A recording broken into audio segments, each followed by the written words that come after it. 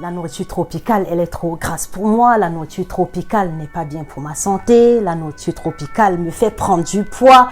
Qu'est-ce que j'ai pas encore entendu? Mais aujourd'hui, je viens vous éclaircir.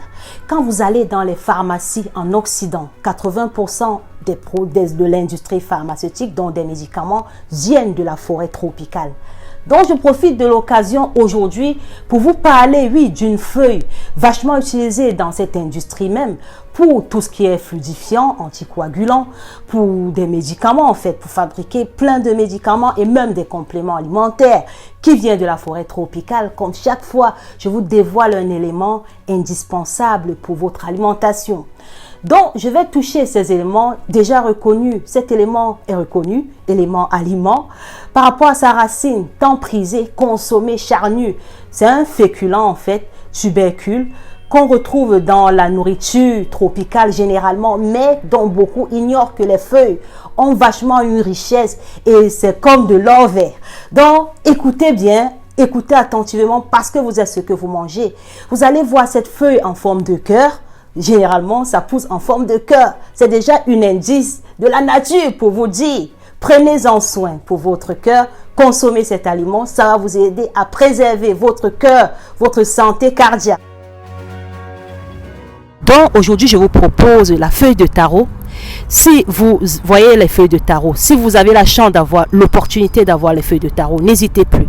Vous avez des taches pigmentaires, peut-être que c'est dû au contact avec les produits chimiques, peut-être que c'est du vitiligo parce que c'est naturel, c'est lié à certains facteurs génétiques et aussi au stress oxydatif. Vous allez choisir la feuille de taro parce que c'est vachement riche en polyphénol, en fer de 10%, donc riche en fibres, en eau, 92,4%, en protéines de 4 grammes, en vitamine A de 34%, potassium 14%, folate 17%, calcium 13%, magnésium 7%, phosphore 6%.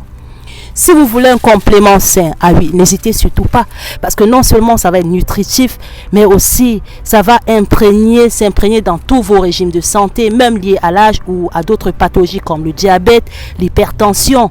Et en parlant d'hypertension, par rapport à la santé cardiovasculaire, c'est hyper top parce que comme c'est riche en potassium, ça va, comme d'autres légumes à feuilles vertes, les épinards, par exemple des blettes, à 16%, ça va vous diminuer tout ce qui est de risque de maladies cardiovasculaires et ça va favoriser la santé cardiaque. Pourquoi prendre des médicaments contre nature quand vous avez des solutions naturelles? Écoutez-moi bien, parce que ici, je vous donne des solutions naturelles, pas ce que vous avez à votre portée, ça peut être tropical ou pas, mais c'est des choses que vous retrouvez dans votre jardin et les mêmes éléments dont vous avez dans votre pharmacie, dont l'industrie pharmaceutique s'y penche et dont aussi, en tant qu'entrepreneur, vous pouvez vous y pencher pour pouvoir évoluer financièrement. Même quand on prélève une tasse déjà cuite, ils ont un taux de vitamine C très élevé, de 57%. Donc, je vous le recommande. Si vous êtes immunodéprimé, si vous avez besoin de compléments alimentaires parce que vous vous sentez un peu épuisé. En fait, le principe, c'est pas méchant parce que généralement dans les régimes, je prends le cas d'une personne qui souffre des pathologies qui vont être facteurs de risque de maladies cardiovasculaires comme le diabète, l'hypercholestérolémie, l'hypertriglycérémie, etc. Voilà, tout ce qui est de l'insuffisance cardiaque, etc. On peut recommander une certaine portion à prendre par jour ou par semaine, exactement la même chose.